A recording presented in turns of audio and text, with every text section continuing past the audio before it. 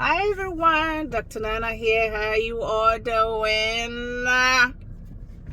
Anyways, the reason why sometimes I want to share with you all, through the word of our mouth, right? Salvation comes. And it's important for all of us to know that salvation is personal. I'm telling you.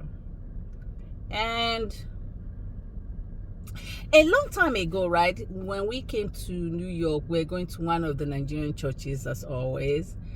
And then I remember the bishop of the church saying that he doesn't like deliverance. He only like testimony. I was kind of taking a breath, right? Because I'm not born into Christianity.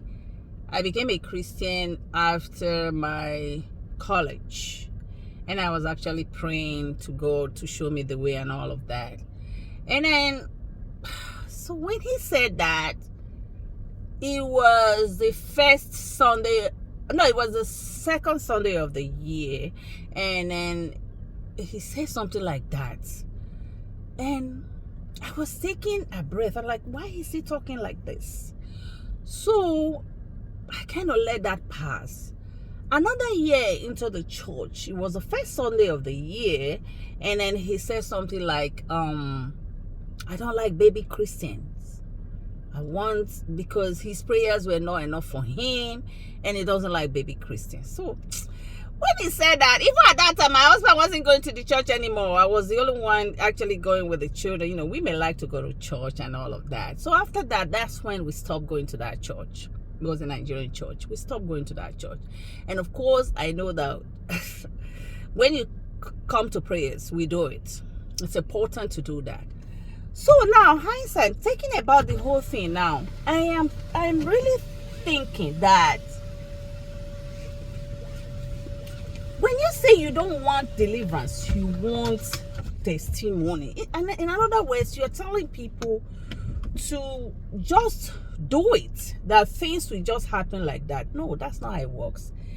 Going deep into how things are working, like I know as God is working through us, all of us that believe in him, there will be a time that there will be tough times in your life. I'm telling you. So for you to have that testimony, right, you have to go through that period of your time. There is a time that something will be happening in your life that you have to avail yourself to go through that until you finish that, before you receive that testimony, and then you start to testify to the goodness of the Lord. So why am I saying all of this? I want to alert my viewers to know that God is real. This is a message for everyone. I told you countless times that forget the messenger.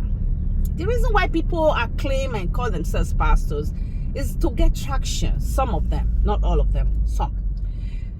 But when God is speaking, he speaks through many people, through various means. And I'm telling you for free that God is real, and that's the message. If you believe that God is real and anything is going on in your life, you have to call on him. How about you waking up one morning, going to bed to sleep with no issues and all of that, and you woke up one morning, no, someone bang on your door and you open the door, it's a big problem without you knowing nothing. You went to bed free and woke up with a huge lot of problem, and you don't know how. What do you then do? What you do, if you believe that God is real, is to call on God and go out to find solution. I'm telling you this for free, that God is real. He suspends institutions for our sake. He suspends rules for our sake, because he's the owners of all those rules. But you have to avail yourself so you can go through all of that and come out to testify to his goodness. Because through the word of our mouth, our testimony, salvation comes. People then know that God is real. There's one popular pastor here in the US that most of you all over the world, Reverend, look up to. I listened to one of his sermons one day. I think it was 2020. Joe Austin. I listened to his sermon when he mentioned that before he built this big church that everybody go to now, he had issues. There were people coming against him and all of that. What did he do? He didn't fold his hands. He knows that God is real and everything. But he went out to go get a lawyer for himself. Why am I saying all of this?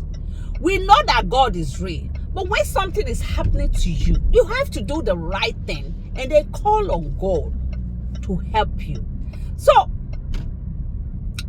I'm here to do all those things that people are believing that something is happening to you. Instead of you to go out and look for the appropriate help.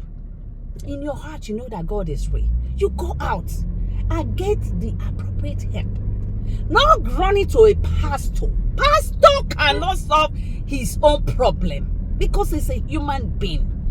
What we all need is somebody who can believe that God is real with you and join you in faith and join you in prayers. So on today's episode, I want to remind you all that God is real.